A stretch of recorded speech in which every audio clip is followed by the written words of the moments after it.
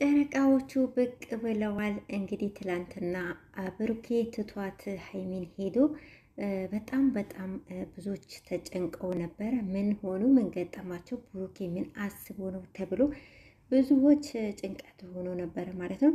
ነገር ግን አሁን ታርቀው ፋብትን እያሉ ነበር ማለት ነው። ሀይሚ እንግዲህ በበዓሉ አብራቸው ነው ያሳለፈችው። ያው እንግዲህ ፈታ ዘና እያሉ ነበረ ማለት ነው። እንኳን ደስ አላችሁ ለተጨነቃችሁ።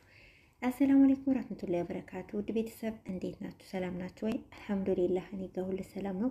በያላችሁበት ሰላማችሁ ብዝት ተረፍ ይበልኝ።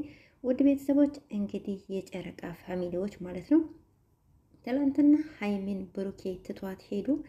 የሆነ ያሰብኩት ነገር አለ ግን አሁን አልነግርሽም ብሏት ብዙዎች ምን አስቦ ነው ብሩኬ ምን ሊል ነው ተብሎ ተጠብቆ ነበር። ነገር ግን ምንም አይደለም ታርቀዋል ማለት ነው። ሀይሚ በበዓሉ ሄዳ ቤታቸው እንግዲህ አብረው ነበሩ። ታርቀናል ወይ ብለው አሁን እንደታረቁ ነግሯታል። በጣም ደስ ይላል ማለት ነው። ብሩኬም በጣም ደስ ብሎት በጣም አመሰግናለሁ፣ ዛሬ በጣም ደባብሮኝ ነበረ፣ ከቤተሰቤ ጋር ስለቀላቀልሽኝ በጣም አመሰግናለሁ ብሎ እንዲሁም ሲያመሰግናት ነበረ። ታርቀዋል ማለት ነው። በመካከላቸው የነበረው ትንሽ አለመግባባት ወደ መግባባት ተቀይረዋል ማለት ነው።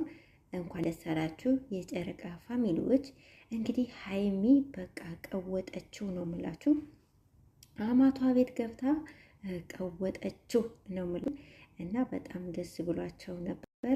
እንግዲህ እናትም መረቀቻቸው፣ ተጋቡልኝ፣ ውለዱልኝ፣ እኔ እናንተ ተጋብታችሁ ብትወልዱልኝ በጣም ደስ ይለኛል ብላ እየመረቀቻቸው ነበረ ማለት ነው። እንግዲህ እኛም ምኞታችን ተጋብተው እንዲወልዱ ነው ማለት ነው። መልካሙን ሁሉ እንመኝላቸዋለን ማለት ነው።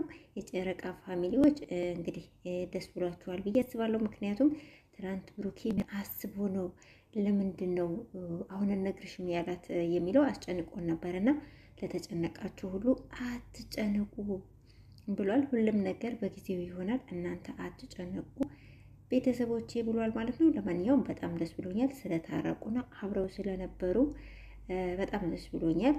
እንግዲህ በዓልን አብረው አሳልፈዋል ማለት ነው። ፋብትን ብለው እንግዲህ እናንተም በያላችሁበት ፋብትን ብሉ ቅመሞችዬ ማለት ነው። ሰላማችሁ ብዝት በል። እስካሁን አብራችሁን ስለነበራችሁ ከልብ አመሰግናለሁ።